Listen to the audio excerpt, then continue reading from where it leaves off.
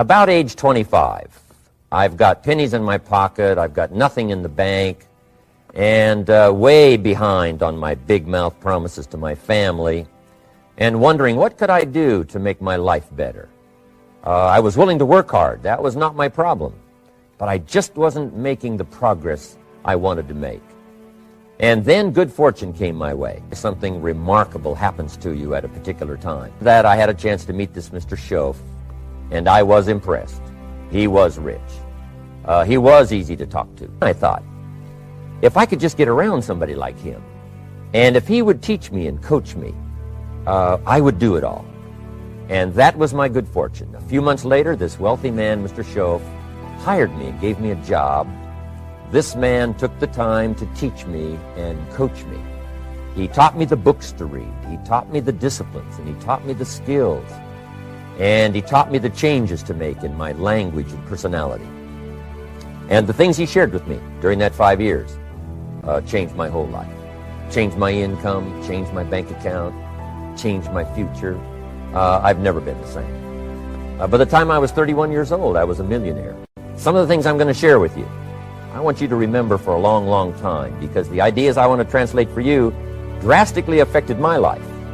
And if I can share now and affect your life, that'll give me great, great satisfaction. Farm boy from Idaho, raised in obscurity, parents of modest means, broke when I was 25. How come I would get a telephone call and someone offer me a lot of money to help them in expanding around the world? Simple answer, evidently. Something happened to me between age 25 and where I am today. And I can tell you where it all started. From my teacher, Mr. Schoaf, who said to me, "You don't have to change what's going on out there. That's the wind that's blowing. All we have to do is change what's going on in here." And now there's several ways to do that on personal development. And let me give you those ways. Here's the first one. We must learn from personal experience. Pretty simple. Learn from what happens to you. Take a look back over the last few months. Did you make some mistakes? How could you correct those for the future? Take a look back over the last year. Have you done it right or done it wrong? Let's correct it for the next year. Learn from your personal experience. Mr. Schoaf asked me when I first met him, he said, "Mr. Rohn, how are you doing? You've been out there now 6 years." And I said, "I'm not doing very well." He said, "I suggest you not do that anymore."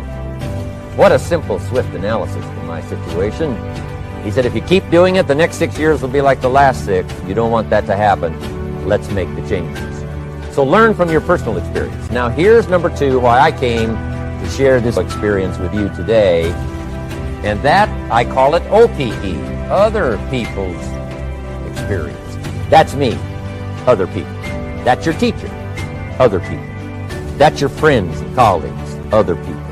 The people you meet that can pass along to you their experiences, what's happened to them, the mistakes they made, how they corrected them, how they changed their health and changed their bank account and changed their income and changed their future.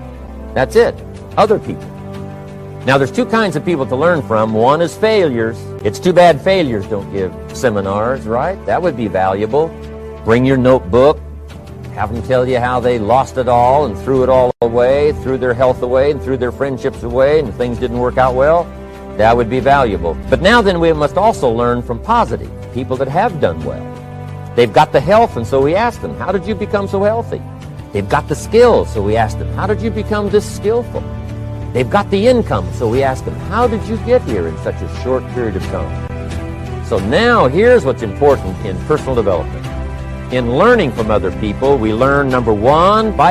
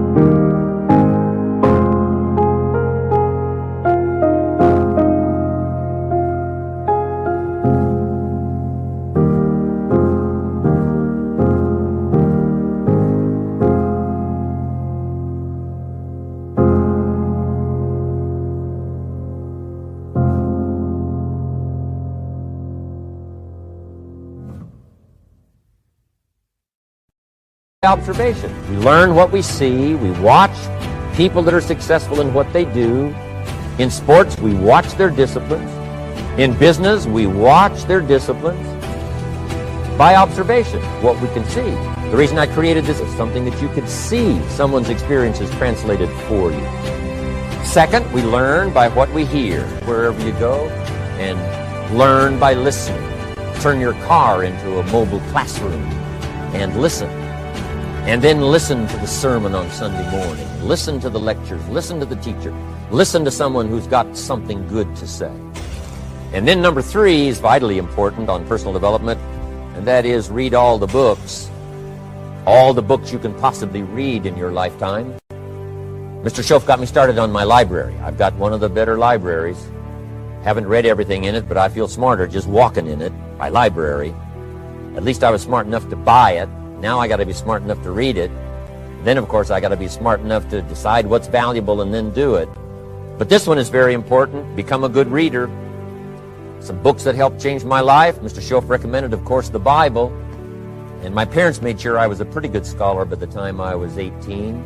That's been so beneficial for me, drawing from those illustrations, reading about those stories, people who made it and people who didn't make it, and what the difference was. And then other books that helped to really change my life. One called Think and Grow Rich by Napoleon Hill. And then a book that helped me become financially independent by the time I was 31.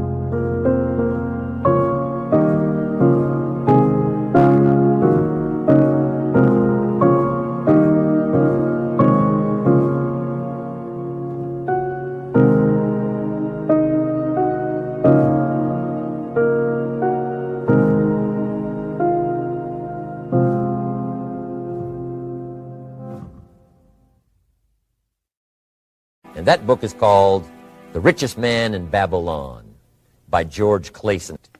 But I started reading the books, attending the classes, making sure that I got in front of people that had something good to say. And then I started keeping a journal. One of the major things my teacher taught me was to keep a journal. He said, don't trust your memory. If you hear something good, just make a little note and write it down.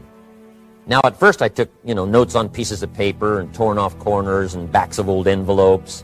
And it didn't serve me well, thrown in a drawer. Then I learned to keep a journal, a bound copy of all my notes. So I would suggest you do the same. Things that impress you, a poem that impresses you. When you attend a class, some of the ideas that impressed you, jot them down. If you read something in a magazine, right? Some ideas, take those out, put them in your journal. Keep a good journal the rest of your life. This will serve you well.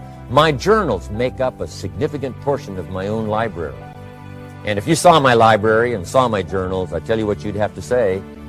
This is the library, and these are the journals of a very serious student. No wonder Mr. Rohn is invited to lecture and speak on his experiences around the world. So I want the same thing to happen to you. Value captured that you can resort to later, go back over it and review it, and let it become valuable to you. Work harder on yourself than you do on your job. Develop the skills. Learn the lessons. Take the classes.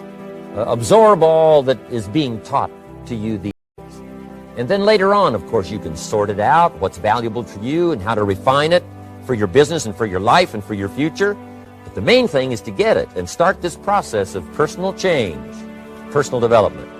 And let me say it one more time. If you will change, everything will change. You'll never be the same. You'll keep growing.